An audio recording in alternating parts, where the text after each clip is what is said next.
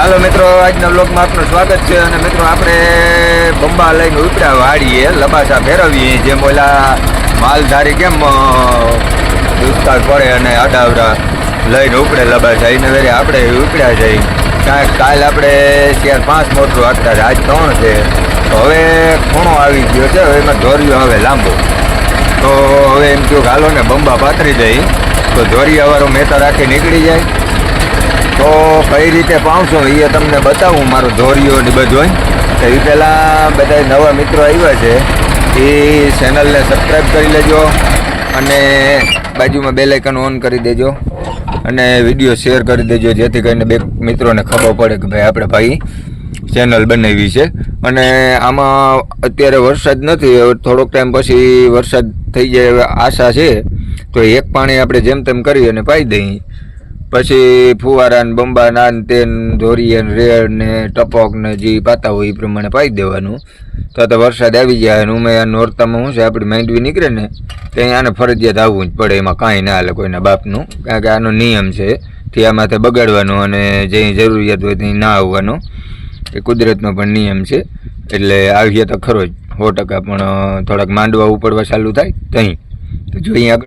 જો બધા પાણી વારતા હોય એ અને આપણે હાવ અલગ પ્રકારનું વારીએ. બધા ધોરીઓ પહેલાં કરે, હર હાકે ને ટ્રેક્ટર ને સવડા હાકે ને બધું કરે. ધોરીઓ આપણે હેઠામાં એમને શેર હાર્યું છે, એ 3 હાર્યું મૂકી દેવાની, 100થી હારભેર પારો કરી દેવાનો. એ વાંથી પારો કરતો આવવાનો, પી જાય એટલે એટલા પારો કરીને આગળ જવા દેવાનું.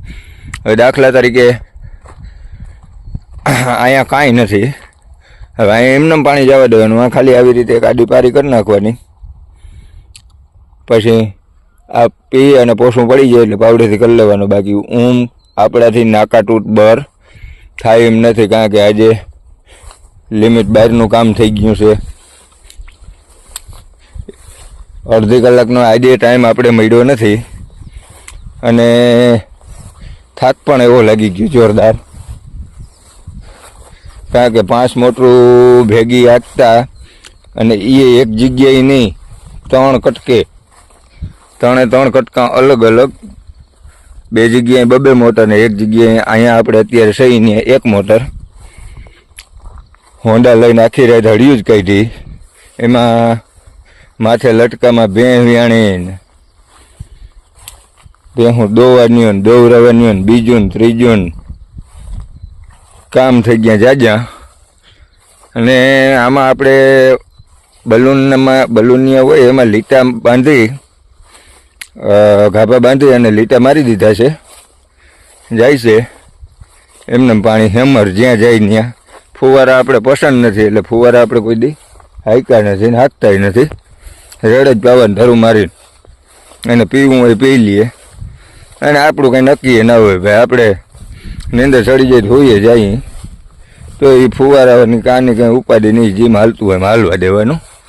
હવે અહીંથી એટલી માંડવી આપણી બાકી છે અને આ એટલી પી ગઈ, એટલે 50% ઉપર 50% છે, બે 50% પીધી અને 50% બાકી.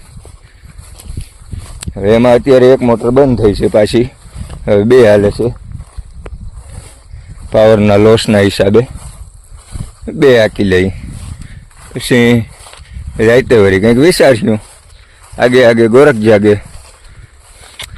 તો લગભગ બધાને આવી જ પોઝિશન છે, લાઇટ રાતે રહે છે, દીને તો કોઈની લાઇટ રહેતી નથી.